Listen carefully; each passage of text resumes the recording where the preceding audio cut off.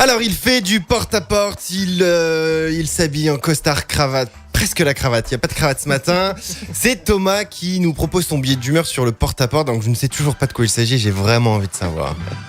Petite expérience personnelle, je vais vous en dire un petit peu plus. Donc la semaine dernière, suite au départ de Nicolas Hulot de notre gouvernement, la chronique traitait naturellement de nos amis chasseurs. Puis on a appris que cette fois c'était la ministre des Sports, Laura Flessel, qui décida de quitter son poste. Voilà pourquoi cette semaine je vais tout naturellement vous parler de porte-à-porte. Oui, lors de mon entrée dans la vie active, j'ai été, et je suis encore, confronté à ce merveilleux outil de démarchage qu'est le porte-à-porte.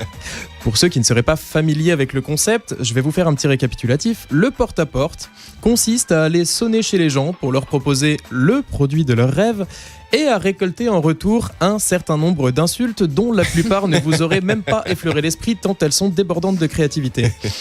J'ai d'ailleurs moi-même largement élargi mon lexique ordurier à force de persévérance et de détermination. Autant dire que la situation dans laquelle je me trouve n'est pas la plus agréable du monde. Je me sens clairement au mauvais endroit, au mauvais moment. Comment vous dire, j'avais l'impression d'être un représentant de chez Cristalline au milieu d'une réunion de chasseurs. Mauvais timing. Et puis il y a le problème du dress code. Tu en as parlé brièvement avant le début de cette chronique, la tenue vestimentaire. Si vous sortez donc le costard cravate, les gens se méfient. Il présente trop bien, c'est louche, il a une bonne tête de représentant. Tu vas voir qu'on va se retrouver avec 2 abonnements de chez Picsou Magazine et pas d'enfants pour les lire. Mais si vous vous habillez trop décontracté, c'est pas mieux. C'est qui ce baba cool qui vient nous refourguer ses abonnements Fadjet Premium ? Mais retourne écouter ton Bob Marley dans ton van à fleurs et fous-nous la paix, merde. Alors, c'est quoi le projet ? Faudrait débarquer chez eux en tenue d'Adam pour qu'ils se disent « Ouh, là il y a un concept là. » Chérie, viens voir, lui tu vois, j'ai envie de lui faire confiance. Alors bien sûr, je noircis un peu le tableau, on peut tout aussi bien tomber sur des gens très sympathiques.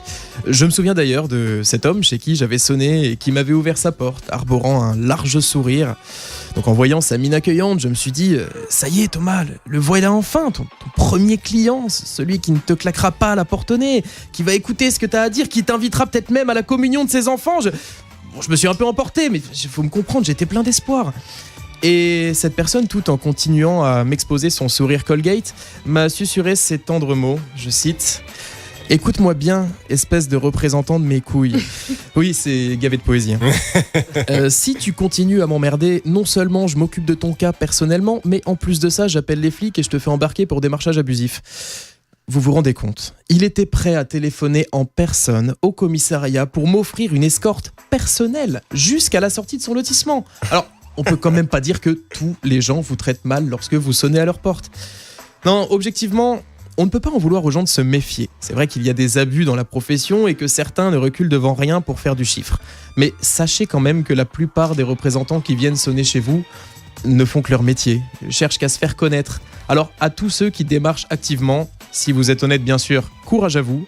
Et à tous mes futurs clients, si vous préférez me voir démarcher en tenue d'Adam, contactez le standard de Fadjet et on s'arrange. Merci. Oh, quelle ovation.